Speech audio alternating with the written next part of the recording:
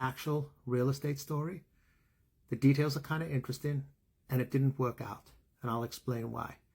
So a guy comes to me and he wants to purchase a house, and I approve him and he's good to go.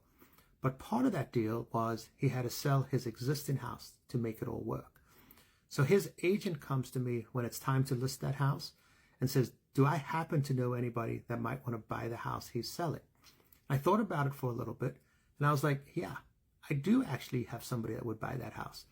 I spoke to them and their agent, and I was like, hey, why don't you go look at that house and see if you like it, and then we'll discuss, what's going on. So they went to go look at the house and loved the house. So in talking to her, I explained to her, I was like, hey, this house is not on the market. So if you make an offer on this house for the list price, you will have nobody to compete against.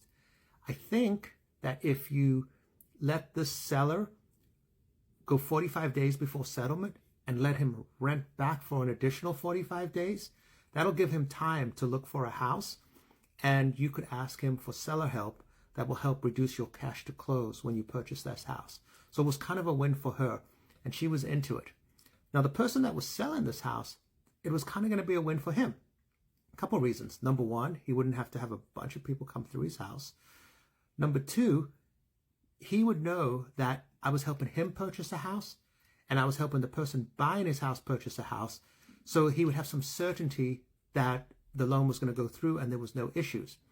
Also for him, when it came time for him to purchase the new house, he could make an offer, and even though it was going to be a contingent offer, his agent could tell the listing agent of the house he was buying, hey, it's the same lender helping my guy buy this house and the person buying his house. So it's contingent, but it's not as risky. So what's interesting, the deal fell apart. And why it fell apart was the seller wanted an out.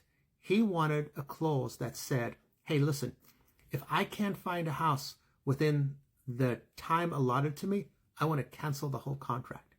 And the buyer of that house, who had been pretty agreeable, said, no, I have to give notice on where I live and I have to plan to move. If you can't find a house within the time allotted, you have to move and go into temporary housing regardless of what the situation is.